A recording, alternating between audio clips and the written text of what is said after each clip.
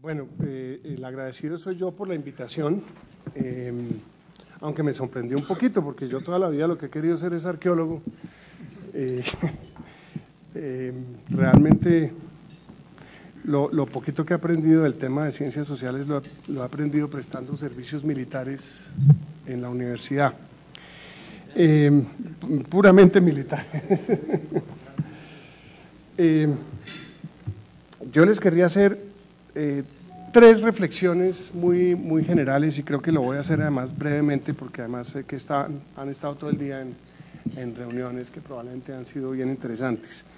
La primera de ellas tiene que ver con un muy breve contexto histórico de lo que ha pasado en las ciencias sociales en el mundo, con algunas referencias, por supuesto, a Colombia. Otra reflexión muy breve también sobre el papel de las ciencias sociales en la formación de estudiantes. Y, por supuesto, el tercer punto sería tratar de aterrizar esos comentarios generales en Colombia. Y más que en Colombia, en lo que en mi experiencia empírica de Tegua sucede en las universidades con respecto a esos temas gruesos, que son por supuesto muy relevantes, pero que siempre se enfrentan a la dura realidad de las universidades, que por supuesto se mueven a ritmos muy especiales. Lo primero que yo tendría que decir es que las ciencias sociales hicieron un esfuerzo enorme desde que se inventaron a sí mismas por separarse de todas las demás disciplinas, e incluso hicieron esfuerzos enormes por separarse entre ellas. En el siglo XIX una ciencia adquiría el estatus de ciencia cuando definía un objeto de estudio que ninguna otra disciplina pudiera tener, y cuando además diseñaba una forma de estudiar las cosas que ninguna otra disciplina tuviera. Y esos esfuerzos pues fueron los que llevaron finalmente a las disciplinas como las conocemos hoy en día: psicología, antropología, historia, filosofía, etcétera, sobre todo las antropología, psicología, ciencia política, etcétera. Ese panorama en el cual prácticamente se trataba de construir barreras entre disciplinas empieza a hacer crisis después de la Segunda Guerra Mundial. Incluso antes venía ya con una serie de problemas bastante evidentes, pero a partir de la Segunda Guerra Mundial hubo una serie de transformaciones que realmente cambiaron el panorama. La primera de ellas tuvo que ver con una enorme proliferación de programas y una enorme proliferación de universidades y un aumento significativo de los estudiantes de ciencias sociales. Realmente es un cambio gigantesco. Las disciplinas empezaron a llenar de estudiantes, cosas parecidas, por supuesto, empezaron a ocurrir en Colombia, solo que mucho más tarde. Yo creo que incluso lo estamos viviendo en este momento, y ese es un tema interesante. Otra de las cuestiones que empezó a ser muy clara es una enorme inversión en las ciencias sociales, y estoy hablando especialmente de Europa, Estados Unidos y la ex Unión Soviética. Hubo una inversión de recursos enormes en el tema de investigar el ser humano, por muchísimas razones políticas, muchas de ellas, otras por convencimiento académico, etcétera, etcétera, etcétera. Y las disciplinas empezaron a especializarse en un mundo que cada vez era más globalizado, aunque jamás a la escala en que lo está ahora. Y las disciplinas adquirieron especializaciones de acuerdo con esa división del trabajo. Por ejemplo, a los antropólogos nos tocó la ingrata tarea de estudiar lo exótico, a los que no eran como nosotros. Los antropólogos estudiábamos sociedades completamente ajenas, eso ya ha cambiado por completo, a la sociedad occidental. En las sociedades occidentales la sociología se especializaba en temas contemporáneos, la arqueología, que es mi disciplina, se especializaba en el pasado. Eso ya hoy ni siquiera es cierto, los arqueólogos hacen estudios de sociedades contemporáneas, y otras disciplinas, particularmente la economía y la ciencia política, se especializaban en unos temas muy específicos y en general adoptaron o tenían como ideal adoptar el modelo de las ciencias naturales para explicar las cosas. Por ejemplo, ser capaces de predecir. Los antropólogos nunca hemos tenido esa pretensión porque siempre nos ha ido muy mal. pero otras disciplinas claramente las han tenido. En parte por el juego que tenían las ciencias sociales en la competencia entre los Estados Unidos y la Unión Soviética, en parte por esa razón, pero en parte también porque se empezó a observar de una manera muy clara que ese intento de trazar barreras entre disciplinas cada vez más infranqueables no iba a funcionar y no iba a llevar a ningún lado productivo. Se dio inicio a los estudios de áreas. Eso es algo que, por ejemplo, en Colombia todavía no ha pasado, si es que va a pasar. Pero básicamente lo que sucedió es que expertos de disciplinas distintas empezaron a hablar entre sí, fundamentalmente porque los unía el interés por un área geográfica o cultural específica. Eso todavía es muy fuerte en los Estados Unidos, Latin American Studies, European Studies, African Studies, etc. Y en Europa sucedieron cosas similares, con nombres diferentes y con matices. En la Unión Soviética también pasaban cosas similares. Eso tuvo la enorme ventaja de que obligó de cierta manera a que personas que no hacían más que tratarse de diferenciar de los demás, si usted no se meta en mis terrenos, etcétera, se vieron obligados a hablar entre sí, primero de formas muy tímidas, cotutorías, por ejemplo, empezaron a leerse entre sí, a criticarse entre sí, y en algunas ocasiones, no tantas como uno hubiera esperado, pero en algunas ocasiones incluso empezaron a tener proyectos de investigación conjuntos entre sí, y se dieron matrimonios muy interesantes que venían incluso del periodo de la guerra, especialmente en Francia, pero que también cuajaron muchísimo en Estados Unidos. Matrimonios entre historia y geografía, por ejemplo. Matrimonios sin el cual entender la historia es muy complicado. Matrimonios entre la antropología y la biología, que antes eran relativamente inesperados, empezaron a surgir con mucha fuerza. Matrimonios entre la antropología y la historia, que incluso dieron origen a disciplinas nuevas, en que los historiadores y los antropólogos se podían sentar en igualdad de condiciones, como es el caso de la etnohistoria. Y otras disciplinas, por supuesto, sí siguieron muy aferradas, en algunos casos, a modelos de las ciencias naturales, pero esta comunicación entre disciplinas obligó a tender puentes algo insospechados. Esto se los menciono porque va a tener una importancia grande para nuestras estructuras universitarias. Creo que hoy en día en Colombia esos puentes son aún muy difíciles de establecer. Y por supuesto lo que empezó a suceder en los últimos años es que estos esfuerzos de comunicación entre disciplinas se consideraron insuficientes, y se consideraron insuficientes por un montón de razones. La más importante de todas es que el mundo cambió y los centros de producción de ciencias sociales empezaron a proliferar en todas partes del mundo y además de forma muy interesante. Los historiadores latinoamericanos empezaron a decir cosas, los historiadores africanos empezaron a decir cosas, y por supuesto una de las primeras cosas que se puso en duda fue la pretensión de una universalidad parroquial, es decir, una universalidad entendida como la visión neurocéntrica del mundo. Eso empezó a cuestionarse muy rápidamente en los años 70, desde antes incluso, pero cada vez con más fuerza a partir de los años 70. Por supuesto, parte del problema es que las expectativas que habían generado algunas ciencias sociales de explicar los fenómenos sociales siguiendo el modelo de las ciencias naturales, es decir, de poder predecir y de poder cuantificar con exactitud algunas de esas predicciones, pues simplemente no funcionaban. Y no funcionaban porque, entre otras cosas, el mundo era un mundo muy diverso, era un mundo muy complejo, era un mundo en el cual las cosas que se podían plantear para unos lugares simplemente no funcionaban para otros. Se planteó entonces la necesidad de una ciencia social mucho más amplia, en la cual se tuviera en cuenta lo local y lo universal. Y eso es algo que también puede ser interesante para nosotros. Por supuesto, el modelo según el cual las explicaciones tendrían que ser equivalentes a los de las ciencias sociales se fueron desdibujando. Las ciencias sociales reclamaron para sí un estatus en igualdad de condiciones, sin complejo de inferioridad con las ciencias naturales. Por supuesto, en esto hubo una gama enorme de posiciones algunas de ellas bastante radicales y también bastante perjudiciales.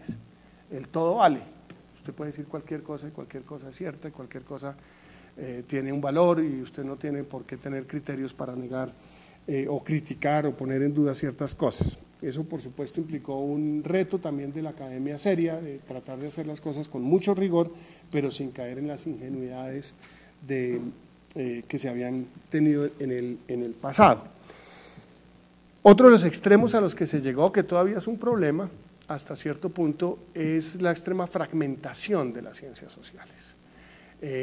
Ya no estábamos hablando de estudios de área, que eran enormes, pero finalmente eran economistas, politólogos, historiadores, antropólogos, psicólogos, tratando de entender la realidad latinoamericana, o cosas como esta, sino que eran muy pequeñitas parcelas. Por ejemplo, estudio de cuerpo, o el estudio de lo cotidiano, o el estudio del parentesco, en fin, unas parcelas muy, muy pequeñas que aunque permitían el estudio interdisciplinario, y eso era muy fértil y muy interesante, y aún lo es, se podía muy fácilmente desvincular de cuestiones más generales que seguían siendo y siguen siendo muy importantes. En ese contexto de rápido cambio, a partir de la Segunda Guerra Mundial con los estudios de área y luego con todos los cuestionamientos que ha habido al estatus científico, etcétera, etcétera, y obviamente la introducción de los aspectos políticos, la lección que se ha tenido en ese contexto internacional es que las universidades que han podido ser más productivas para enfrentar el problema son aquellas que cambian más rápido. No es cambiar en cualquier dirección, por supuesto, pero quizás la experiencia más interesante que se puede ofrecer en términos históricos es el éxito de la Academia Norteamericana. La Academia Norteamericana copió muchas cosas de la Academia Alemana, que en ese momento en Europa era la academia más sólida y más respetada, finales del siglo XIX. Y sin embargo lo que hizo fue transformarla.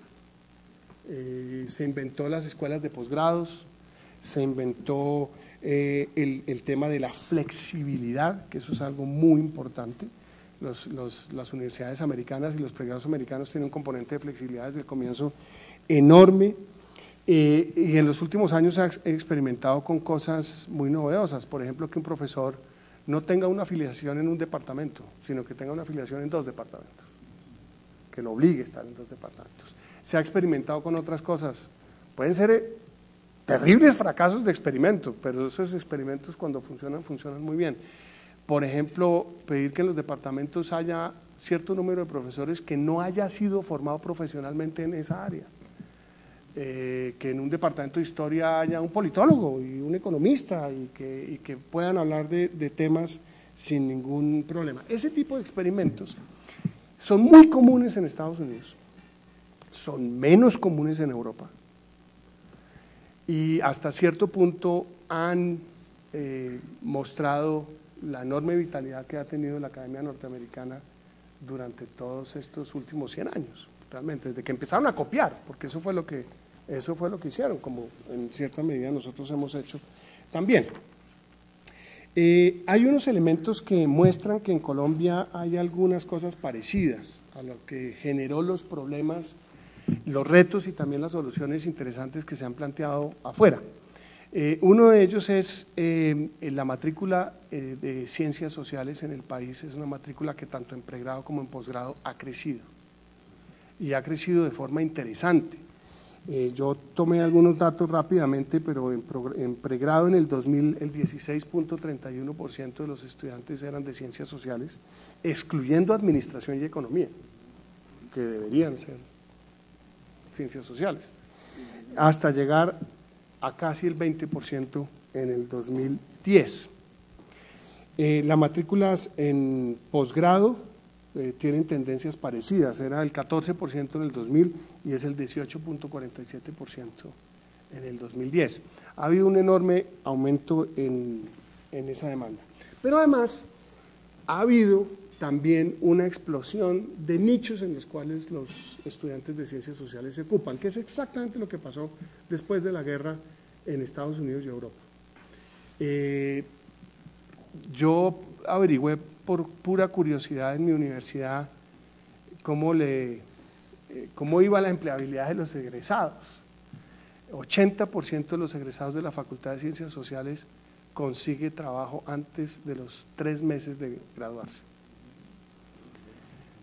Y por otra parte, la situación salarial no es tan dramática como lo era en el pasado.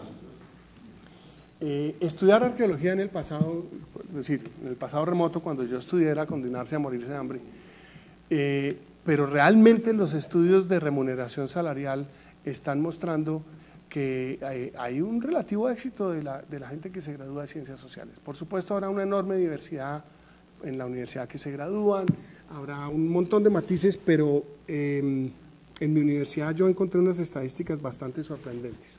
En pregrado, un arquitecto joven que se gradúa durante los primeros 5 años de empleo tiene un salario de 1.700.000 y un historiador tiene un salario de 2,5 millones.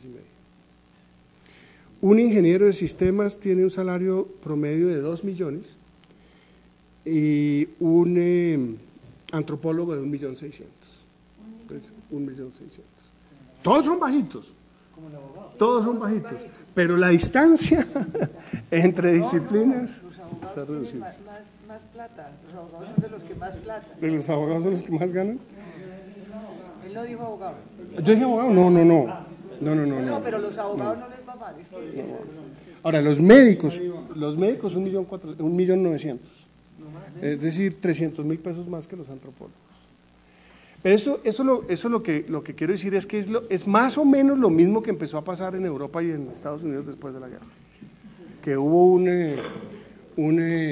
aumento de la demanda de gente de ciencias sociales y por supuesto un correspondiente aumento en los salarios. La cosa, hay que decirlo con franqueza, la distancia aumenta con los posgrados. La gente que hace posgrados en ingeniería o en sistemas, etcétera, empieza a ganar sistemáticamente más que las personas que trabajan en ciencias sociales. Y es probable que al final de la vida que la tendencia también sea mayor en el tipo de carreras que en las sociales. Correcto. Pero derecho está excluida de la categoría. ¿Sí? Derecho está excluida de la categoría. Derecho, administración. Derecho, exacto. Derecho no está. Ahora bien, ese enorme aumento de la demanda y esa remuneración que, aunque siga siendo baja, es mucho menos está mucho menos lejos del resto de disciplinas de lo que estuvo en el pasado. Y hablar de otro para después aterrizar un poco en la experiencia universitaria particular. El otro tema es el de la importancia de las ciencias sociales, es decir, ya estamos viendo que hay más gente estudiando ciencias sociales, el interés es evidente. ¿Qué significa eso para un país? En la retórica de ciencia y tecnología y del conocimiento, quizás los términos más comunes son competitividad y conocimiento aplicado. Y yo creo que además Colombia está viviendo un momento en que particularmente se está hablando de eso con las regalías.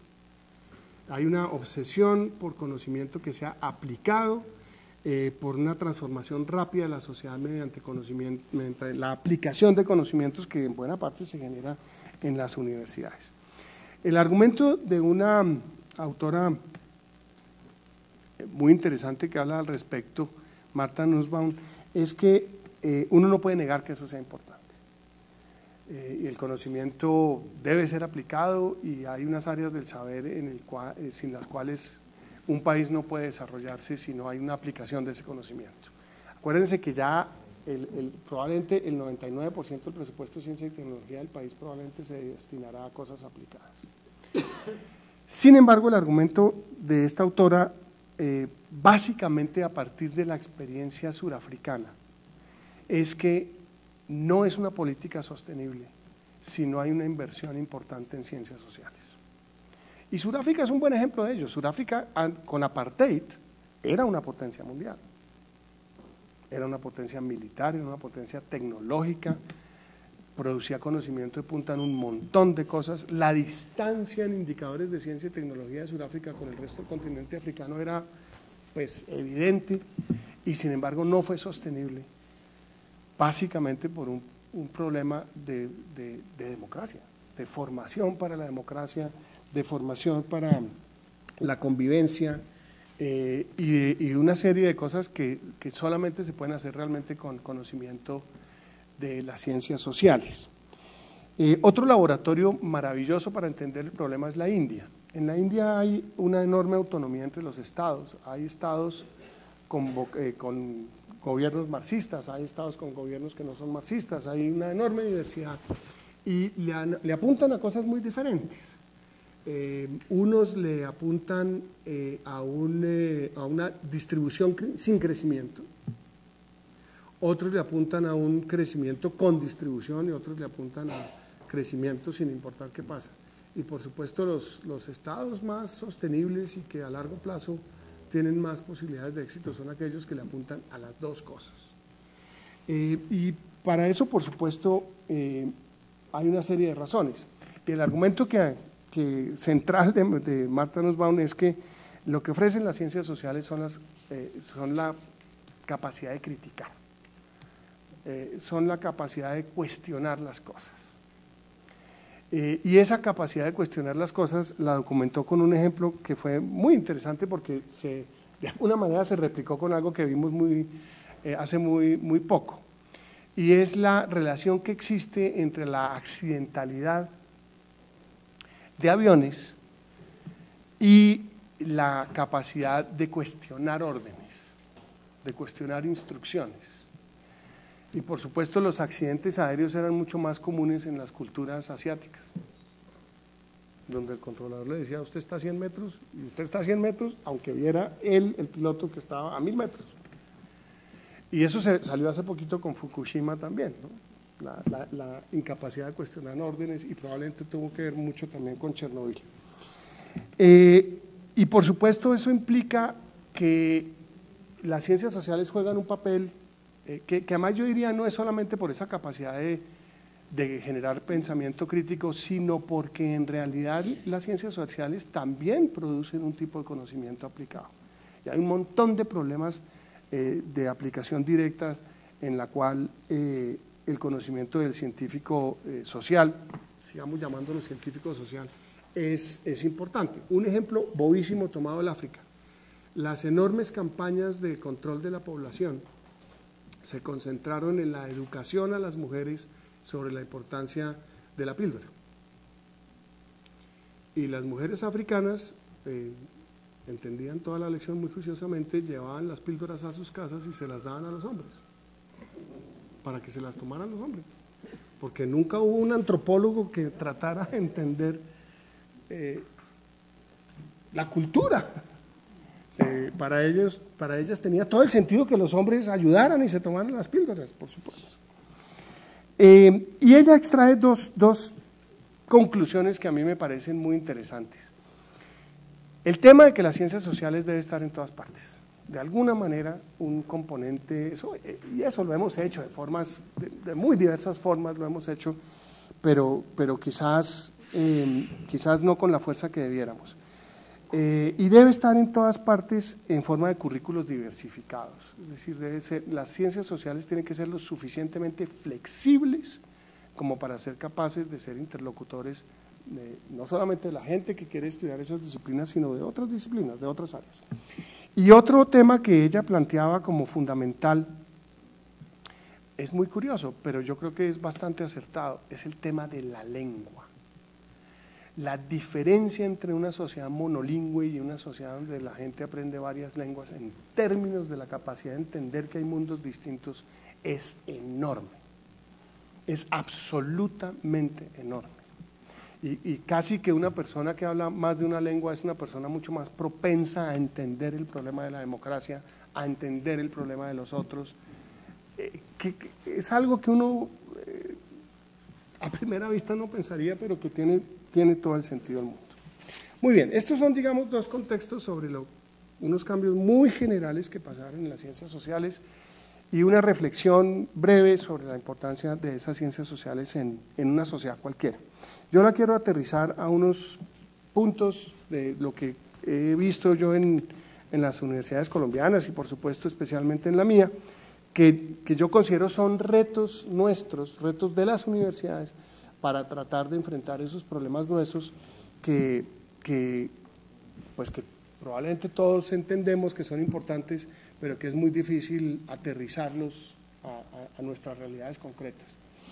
El primer punto que a mí me gustaría decir es que ninguna de nuestras universidades podrá enfrentar esos retos de forma productiva sin un liderazgo, sin una visión institucional de qué se quiere hacer y cómo se quiere hacer. Esa visión generalmente la dan los cuerpos directivos de las universidades, por supuesto, siempre en diálogo con el resto de estamentos de una universidad, por supuesto, pero dado que en las universidades los cambios son lentos y siempre son así, si no hay una línea, si no hay una dirección, lo más seguro es que nos equivoquemos. A veces es mejor tomar un camino equivocado y persistir en él que no saber qué demonios de camino tomar. Por lo menos se aprende de la experiencia. Eso en Colombia es muy importante y en eso el país es bastante ingenuo. El caso más, digamos, evidente es que si usted coge las misiones de las universidades colombianas, todas son iguales. Todas son idénticas. Todas quieren ser universidades, porque es terrible ser tecnológico, es terrible ser otra cosa, pero además si quieren ser universidades, todas quieren ser universidades de investigación. Y eso pues no es ni necesariamente útil y por supuesto no es cierto. Y nunca nos damos cuenta que por ejemplo en Estados Unidos, donde uno identifica las mejores universidades de investigación del mundo, hay más de 3.000 instituciones de educación superior y solamente 100 dicen ser universidades de investigación. Pero en Colombia yo creo que todas quieren ser universidades de investigación. Por eso es muy claro la importancia de una política institucional que sepa por qué camino se va, qué hay que hacer para seguir por ese camino y ser, lo más importante de todo, ser coherente con esa política. Si uno dice, quiero ser una universidad de investigación, pues eso tiene unas implicaciones y todo lo que se haga tiene que ser coherente con eso. El segundo reto que a mí me parece que es, digamos, la experiencia en mi propia universidad ha sido dura, eso no es fácil, es el tema de la flexibilidad. Los cambios en el entorno son demasiado rápidos y generalmente como las universidades lo tratamos de enfrentar es agregando cursitos. Agregamos cositas, entonces en el mundo de hoy hay una enorme cantidad de problemas éticos, entonces metamos un curso de ética. Estos antropólogos salen al mundo real y no tienen ni idea de hacer un presupuesto, metámosles un cursito de no sé qué cosas. Pero esos cambios son demasiado rápidos, no importa lo que uno haga a nivel curricular, lo que parece ser más efectivo, como siempre, es el tema de la flexibilidad.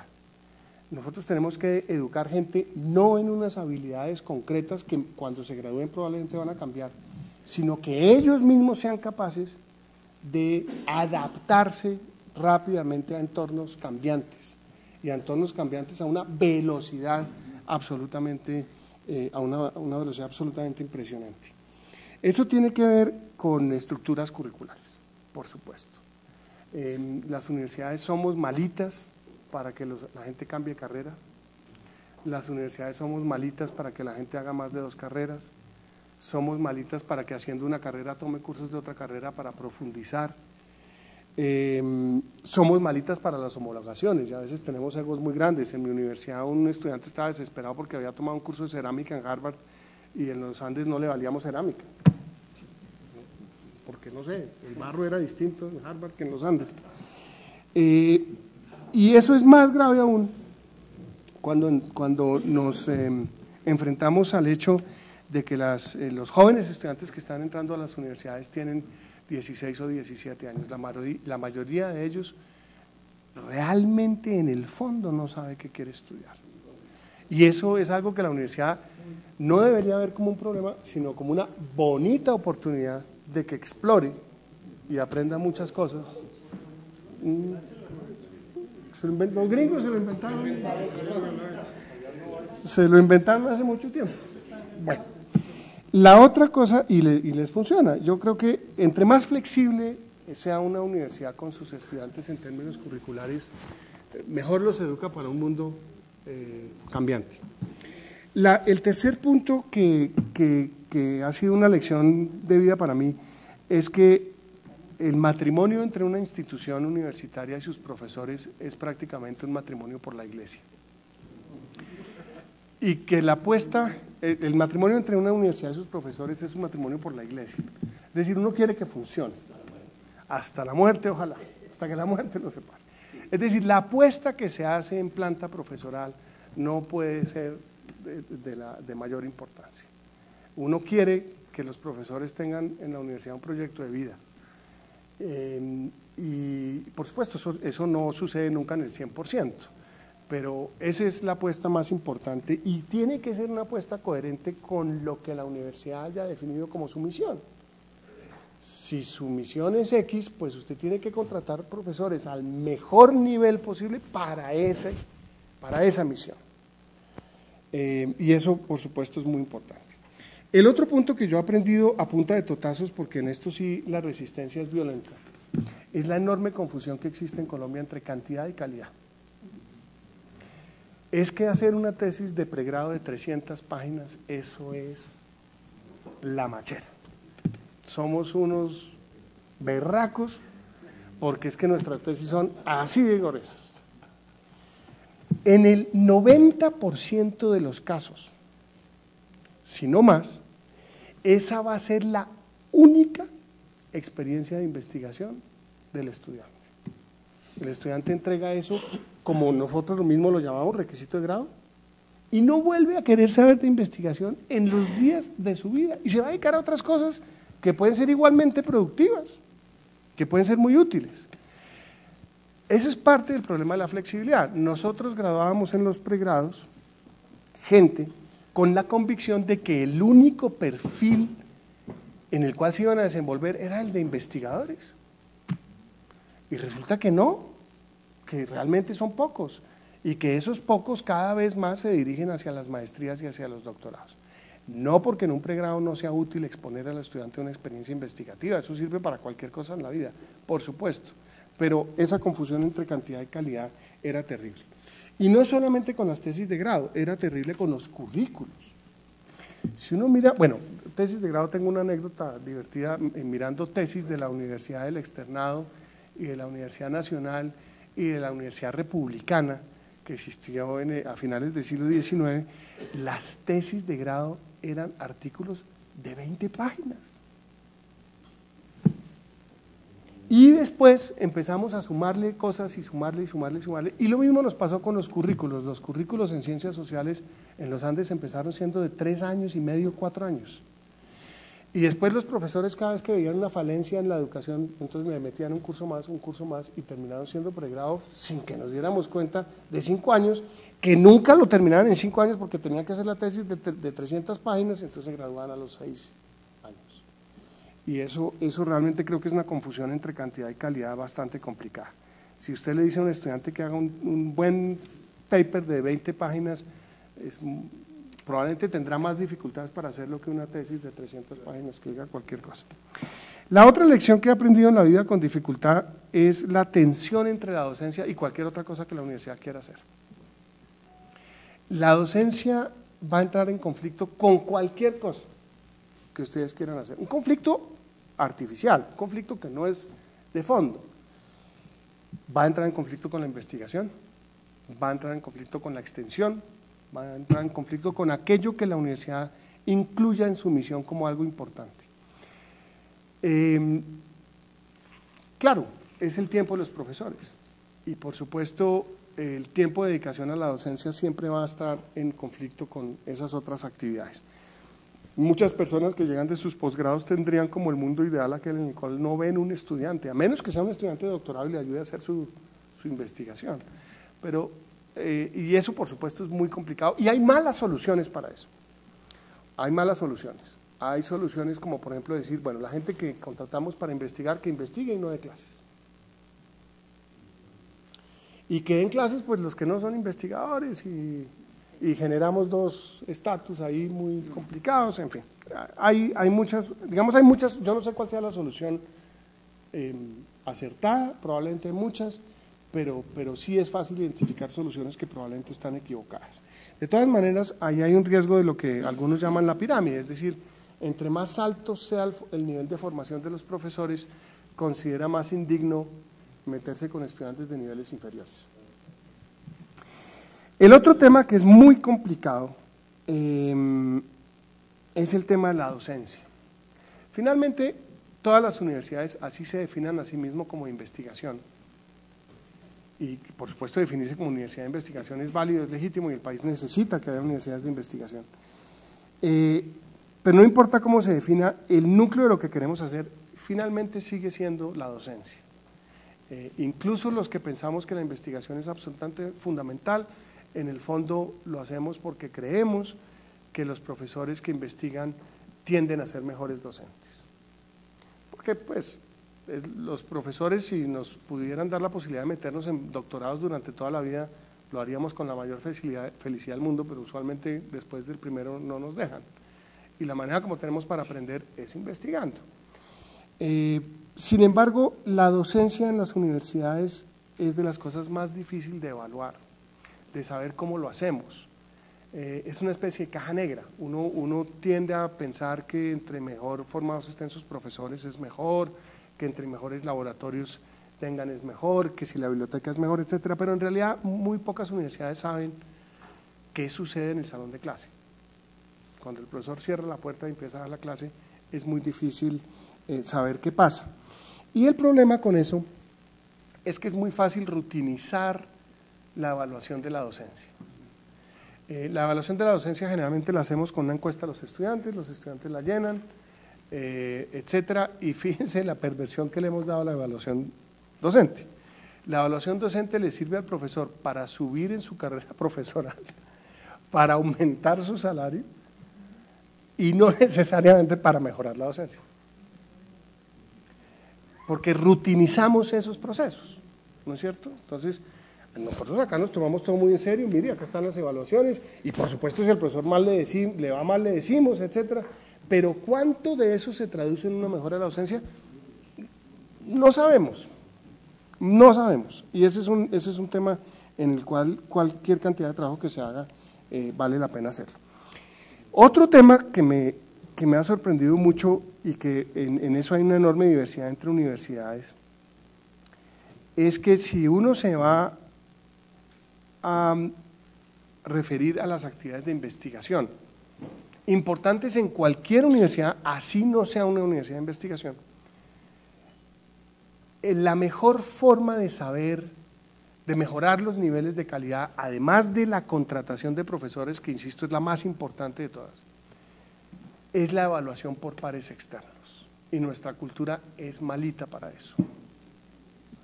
Las universidades tendemos, mi universidad me pasa, un decano y no hace mucho me dijo, pero ¿para qué evaluaciones externas si acá tenemos la gente que puede evaluar estos proyectos? Pues no, resulta que parte importante es no mirarse el ombligo, sino que se lo miren a uno y con toda seguridad se lo van a ver menos bonito de lo que uno cree que es. Esa es una cultura difícil. En investigación hay cierta área de confort y puede haber estímulos perversos. Por ejemplo, la financiación de la investigación. Financiar la investigación es importante, pero hay que ser muy estratégico, porque uno puede tener el efecto perverso de que la gente no salga a buscar financiación externa. Si uno financia cualquier proyecto bueno que se le cruce, puede tener al muy poco tiempo un área de confort que puede ser perjudicial para la universidad a largo plazo. Hay que ser estratégico.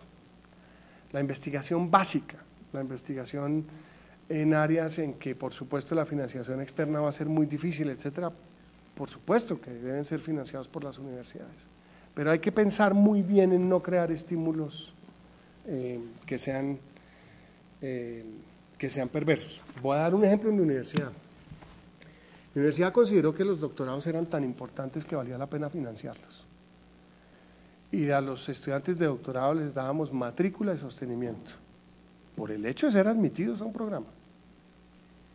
Y fue una cosa buena en cierto sentido, porque nos permitió arrancar con los doctorados. pero al cabo de 5 o 6 años, eso cuesta un montón de dinero y ninguno quería aplicar a conciencias. Porque ¿para qué? Eso fue una experiencia que tuvimos que reconocer que fue complicada y que, pues, por supuesto, cambiarla implica un esfuerzo grande. El otro reto enorme que existe es el de reconocer las diversas culturas, y eso es muy importante en la universidad. Y suena una verdad de perogrullo, y lo es, pero a veces en términos prácticos no lo es tanto. Los patrones de medición de la eficiencia de los profesores en investigación generalmente los tomamos de ciencias básicas.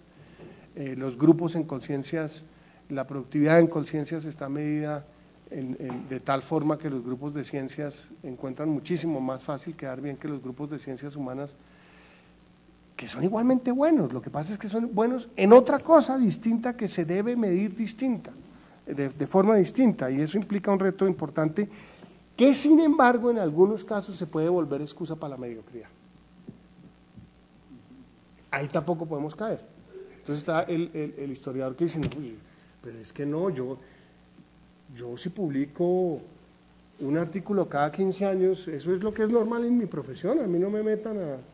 Se puede volver una excusa para la mediocridad, pero hay un problema de fondo de que sí hay culturas distintas que, sin perder rigor, deben ser evaluadas de forma diferente. El otro tema importante, y acá no los estoy diciendo en orden de importancia, es el tema de la formación en ciencias sociales para la universidad. Generalmente la forma como nosotros lo tenemos resuelto es dictarle un cursito de cultura general a los ingenieros o de humanidades a los que sean, y eso no es la solución. No es la solución. Hay que meterse en la tripa de los currículos y hacer algo al respecto. ¿Hacer qué? No sé, hay muchas formas de hacerlo tal vez, pero hay unas cosas que van mucho más allá de dictar un curso de contexto, como se quiera llamar. La otra lección importante es el de la sostenibilidad. Es una realidad de apuño que cualquiera que sea la empresa en que uno se embarque tiene que pensar si eso es sostenible o no. Cualquier inversión en calidad cuesta, no importa cuál sea la misión de la universidad, cuesta, va a costar plata, y es la plata mejor invertida del mundo, pero desde temprano hay que pensar en que, además de ser la mejor inversión del mundo, debe tener un tema de sostenibilidad. Colombia ensayó con doctorados en los años 70 y fracasó, en buena parte por sostenibilidad. Hay que insistir en doctorados en el país, pero hay que ser conscientes desde el principio de que eso cuesta y que, por supuesto, hay que trabajar para que se pueda hacer. No se trata de decir, eso cuesta, no lo hagamos, sino eso cuesta, seamos conscientes y trabajemos para conseguir recursos para que se pueda hacer, que es una actitud completamente diferente. Y la otra lección, ya para terminar, que yo he aprendido en mi vida, es que creo que en todo esto hay algo muy darwiniano,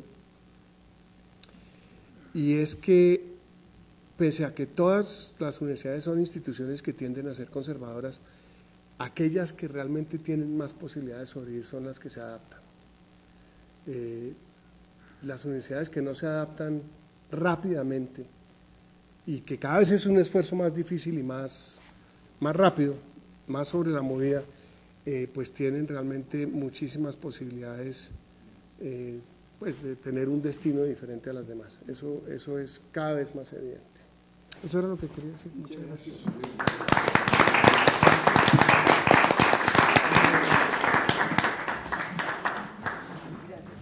De nada.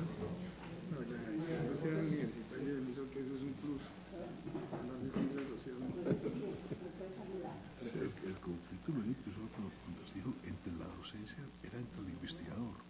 Sí, me dio la impresión me dio esa impresión. Sí. El investigador siempre se quiere descargar de la... conflicto. Sí. Cierto.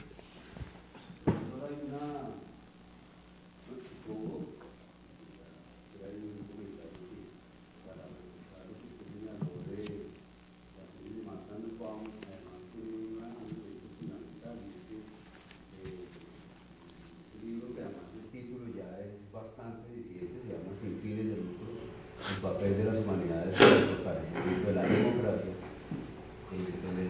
La señala fundamental es que las humanidades una de las virtudes que tienen es eso que ustedes tienen que acentuarlo, que es la posibilidad del reconocimiento del otro, que es precisamente uno de los cuellos de botella que hay en el problema educativo, lo que usted señalaba de la diferenciación. Pero la pregunta que quiero hacerle es esta. Resulta que me llama la atención, obviamente las cifras que usted da de ingreso de personas de interés por las ciencias, por las humanidades, es muy valioso, muy significativo.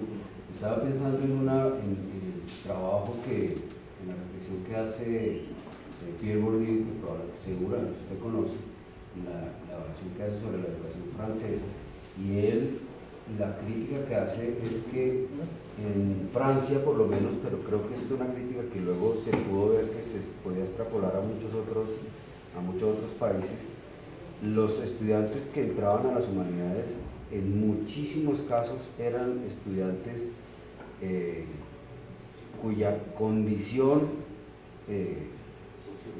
intelectual e incluso formativa era inferior a la de los que entraban a las ciencias duras. Es decir, Bourdieu lo señala y eso le causó más de pero usted sabe los análisis estadísticos tan profundos que él hacía. Es decir, en Francia por lo menos muchos jóvenes que no tienen la capacidad ni la disciplina para estudiar disciplinas duras, las ciencias, entonces terminan en las humanidades. La pregunta es, ¿qué opinión le merece a usted eso? Porque el texto de Bourdieu tendrá 10 años. Bueno, pues, a ver, yo creo que en la mayoría de las universidades los sistemas de medición que se usan para el ingreso tenderían a llegar a la misma conclusión. En cualquier universidad que corte por ICFES, entonces los señores que entran a ciertas carreras tienden a tener ICFES más altos que los de otras, y los puntajes de corte son distintos, y por supuesto digamos, sería fácil saltar a la conclusión de que efectivamente los estudiantes que llegan a las ciencias sociales tienen menos capacidades y encuentran un nicho en esas ciencias. Yo insistiría mucho en que las mediciones que hacemos sobre las capacidades intelectuales de los estudiantes están sesgadas. Y no son sistemas que el ICFES no reconoce a los magníficos artistas. No tiene cómo identificar. Y nosotros a veces en las universidades tampoco. Claro. Yo creo que gente buena entra a todas las áreas del saber. Son inteligencias distintas probablemente, aunque creo que otro de los errores de las ciencias sociales, y que tiene que ver con entender varias culturas, es tratar de convencer a nuestros propios estudiantes que no creen un muro infranqueable con el resto de disciplinas. Yo lo sufro mucho porque mi disciplina es muy cuantitativa, la que hace muchos análisis cuantitativos, y la barrera del estudiante de ciencias sociales con un mito, pues, de que eso no tiene nada que ver con él es un obstáculo enorme, y eso viene desde los colegios, pero mi experiencia es que gente brillante hay afortunadamente en todas las áreas del saber. Sí, en este caso mío. Pero entonces volvemos a un tema que reiteradamente se ha señalado aquí, que es el problema de la evaluación, que no se puede evaluar con el mismo rasero todas las... Y eso creo que es una de las grandes conclusiones de este seminario. ¿Algo más? ¿Acá? ¿Algo más? Solo una pregunta muy rápida. Si tuvieras que poner un punto de referencia, obviamente. ¿Cómo? Si tuviéramos que colocar un punto de referencia en Latinoamérica con respecto, digamos, a universidades que han logrado crear un balance adecuado de ese tema, ¿algún punto de referencia? No, yo preferiría, hay muy buenas, las universidades latinoamericanas buenas están empezando a jalonar en serio. Las universidades brasileras están haciendo cosas magníficas. ¿Una mediana? Sí. Caramba, la Católica de Chile está haciendo cosas muy interesantes. Pero, sí, es mucho, eso es verdad. Pero yo no creo que uno tenga que tener modelos. Yo creo que uno lo que debe definir es qué modelo quiere ser, más que copiar. Pero hablaste de sus masas, ¿no? Sí. Que de alguna forma se relacionan, creo necesariamente, no con la copia del modelo al 100%, pero como la estructura, digamos, básica. Pues mire, yo le voy a dar un modelo menos pensado que usted se puede imaginar. El minuto de Dios. ¿Por qué? Porque es que cuando las buenas universidades del país, Nacional, ADES, etcétera, llegan a una lista de 10 o de 15 o de 20, reciben la mejor materia prima del país y la gradúan con los mejores exámenes de estado, pues el mensaje que estamos mandando con toda sinceridad es: no nos tiramos esta materia prima. Pero cuando una universidad como el Minuto de Dios coge materia prima absolutamente en desventaja y la sube en sus promedios de exámenes de estado hasta el promedio nacional de muchas disciplinas, ese es un hecho.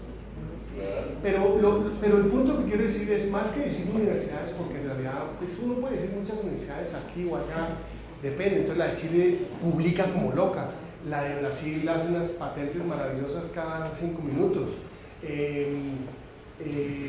Yo creo que es muy difícil comparar porque depende realmente de la misión que tenga la institución. Y uno debe contrastar la universidad no contra otras universidades, sino contra sus propios. Perdón, no contra otras universidades, contra su propia misión, con lo que usted, comparar lo que usted hace con lo que dice que hace, más con lo que hace el vecino que quiere hacer otra cosa completamente distinta, ¿no? Un poco la reflexión es la siguiente: en ocasiones para evaluar al docente uno trata de mirar sus condiciones de posibilidad o incluso una taxonomía de lo que ocurre al interior en la práctica de aula, pero definitivamente sigue siendo una caja opaca, difícil de desentrañar. ¿Cómo ve usted que trabajáramos más bien un modelo de resultados a través de los sistemas de evaluación externa? ¿Qué tanto aprenden los estudiantes? Y en función de aquello que reportan esos estudiantes en pruebas externas, uno podría inferir cómo debió ser ese engranaje y dejar a la autonomía de los profesores la construcción de toda esa arquitectura y el diseño de todos los mapas para lograr ese resultado que se pacte dentro de una comunidad. Yo estaría de acuerdo siempre y cuando los objetivos de los programas que diseñan los profesores sean coherentes con la misión de la institución. Si cada profesor diseña un currículo, un programa que no tiene nada que ver con lo que la institución quiere hacer, pues eso es medio locura. Yo quiero hacer un comentario sobre eso, y es que a mí la dificultad que he visto, y esto lo he visto mucho por lo de la básica, es que los aprendizajes de los muchachos son un proceso colectivo. Entonces tú independizar cuál es el producto de un profesor en un aprendizaje de un muchacho es muy complicado. Yo pienso que siempre son procesos colectivos, es decir, habla bien de una facultad, habla bien de un grupo de profesores, unos resultados buenos de los muchachos, pero independizarlo a mí me parece prácticamente imposible. Que si este fue el bueno, ahí van buenos y malos, en fin, ahí hay una cosa muy complicada de medir. Ahora, yo sí creo que, por ejemplo, para incentivos uno debería dar incentivos colectivos, pero pasa que para evaluar individualmente, muy difícil. Sí. Yo quiero contar una anécdota al respecto que tiene que ver con el punto de que uno trata de unir los dos puntos. Hubo una visita de un experto norteamericano en sistemas de ingreso a la universidad, en mi universidad. Y nosotros siempre hemos tenido la teoría de que si uno corta con un ICFES muy alto, recibe gente muy buena. Lo cual es cierto. Digamos, en general, uno con puntajes altos de ICFES recibe gente buena. Pero el tipo nos mostraba cómo si usted va a todos los colegios del país y coge el mejor estudiante de cada promoción, el mejor estudiante, así sea un colegio malo, pero el mejor estudiante de ese colegio le va a ir bien. No, pero Cali, tú traer un experto, esa experiencia la hicimos desde el distrito con los Andes.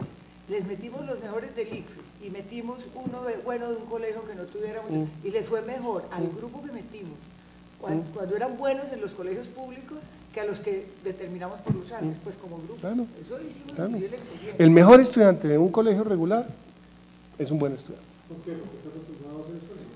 Es el, Es líder. es el líder, es Pilo. Y de pronto el muchacho está teniendo, es decir, la mediocridad del colegio no le permitió sacar Exacto. un mejor hijo, Exacto. pero el tipo es el mejor. Y cuando llega a otro entorno, se desarrolla plenamente. Bueno, pues muy Una última pregunta. ¿Eso cuándo fue? Ve la memoria institucional, no lo presentaron como un gringo ahí. Es que ¿A Pepe? después que me dio los análisis. lo mío es muy breve. Mucha gente piensa que la ciencia social es análogo a lo que dijo Doris Salcedo, de que es para gente que de pronto hay que ayudarla. Pero mi pregunta es, más y más las ciencias sociales tienen que ver con la cuestión empresarial, como tú dices ya. Totalmente. Si puedes comentar, porque tú hablaste de los salarios, pero no hablaste de los niveles de empleo que se están empleando en antropólogos en el mercado. Totalmente. Y segundo, vimos cómo con la cuestión de la reforma de la justicia, que está la interfase, como diría Orlando Ayala, de la ciencia social con las nuevas tecnologías. ¿Cómo pudieras mencionar sobre la proyección de posibilidades de empleo de la ciencia social aplicada a la empresa y segundo, con la combinación con tecnologías? Pues me acuerdo de un texto que me pidieron para que hablara de eso en la revista hace tiempos. Sí, la ciencia social, lo que pasó después de la guerra en Europa y Estados Unidos está pasando acá. Y en Norteamérica y en Europa se está agudizando. Las ciencias sociales se están metiendo en todas partes y están pudiendo contribuir a cosas absolutamente insospechadas. Los antropólogos hoy en día en mercadeo son líderes esenciales y han hecho estudios porque se sientan, tienen la metodología de observación participante. Los historiadores en el sistema financiero inglés. Claro, los filósofos en la administración, los filósofos en las empresas, porque se están empezando que no es solamente una habilidad la que se necesita, son diversas habilidades y que las ciencias sociales tienen mucho que aportar. Sin duda. La orden. Gracias.